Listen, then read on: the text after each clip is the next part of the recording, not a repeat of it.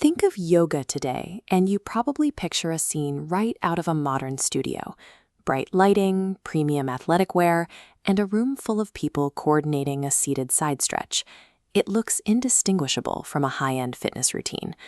But walk into certain clinical psychiatric wards today, and you will find doctors prescribing those exact same postures alongside pharmaceuticals. Medical professionals are actively utilizing these physical movements to treat major depression, post-traumatic stress disorder, and schizophrenia. On the surface, prescribing a stretching routine for severe mental illness sounds absurd. That is because our modern perception of yoga completely misses the point. These poses were never designed to be a workout. What we call yoga is actually a 5,000-year-old psychophysiological technology. To understand how it functions in a modern hospital, we have to look back at the ancient architects who engineered it. Tracing this lineage forward reveals the mechanics of an incredibly precise system and explains exactly why this ancient practice has become a highly effective medical intervention for the modern mental health crisis. The earliest traces of this practice begin in the ancient Indus Valley. Texts from the Vedic period outline its initial objective: training human consciousness to unite with universal consciousness, creating total harmony between the mind, body, and soul. For centuries, the dominant method to achieve this was Raja Yoga, formalized by the sage Patanjali. His approach demanded immense mental discipline. Practitioners had to master strict moral codes and use sheer willpower to tame their thoughts before they were even allowed to attempt deep meditation. Then, around the 9th to 11th centuries, a group of medieval masters known as the Mahasiddhas stepped in. Figures like Gorakhnath completely inverted Patanjali's system. They realized that the human mind is generally too chaotic to control through willpower alone. Forcing the brain to calm down usually generates more turbulence. Instead, they proposed starting entirely with the physical body, using physical postures, or asanas, to force a change in the mind. This physical approach was codified by the sage Swatmarama in a text called the Hatha Yoga Pradipika. He explicitly bypassed Patanjali's Mal prerequisites and focused straight on physical techniques and breath control. The creators of Hatha Yoga had zero interest in physical fitness. They engineered these postures as a mechanical backdoor, a pragmatic way to bypass our mental resistance and physically force the brain into a state of deep clarity. To understand how a physical posture can trigger a mental shift, we have to look at the biological model the Mahasiddhas were working with. They mapped out what they called the subtle body, an energetic architecture existing just beneath our physical skin. They visualized this system as a complex network. Vital energy, prana, flows through intersecting pathways called nadis, which meet at major energy hubs called chakras. When these channels block, stagnant energy creates disease. Hatha Yoga's primary function is clearing blockages to let energy move freely.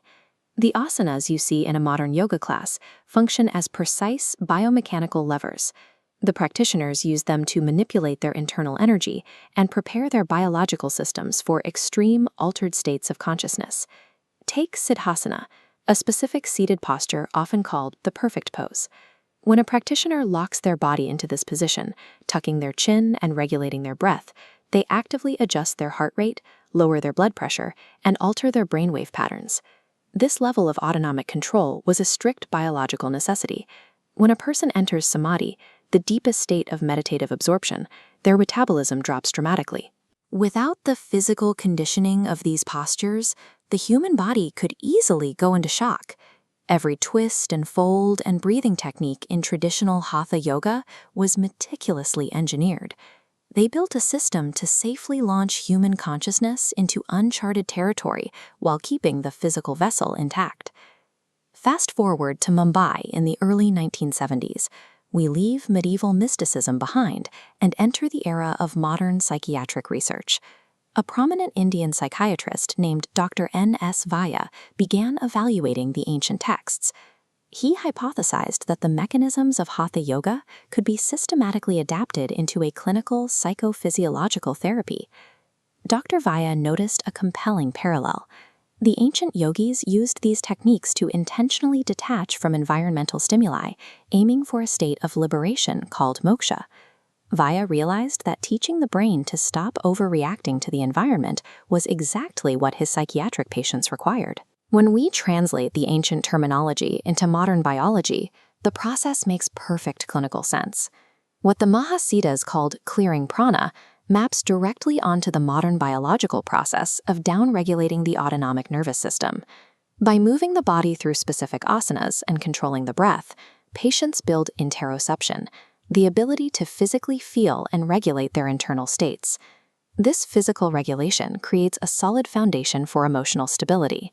This chart shows exactly what that looks like in practice. When researchers compare pre-intervention and post-intervention symptom severity for anxiety and depression, we see distinct measurable drops. The clinical data consistently demonstrates significant symptom reduction across a wide range of psychological disorders. Hatha Yoga represents an unbroken 5,000-year investigation into the human nervous system. The data is finally confirming what the Mahasiddhas figured out centuries ago. The precise physiological tools built for spiritual liberation map perfectly onto our modern necessity for mental health.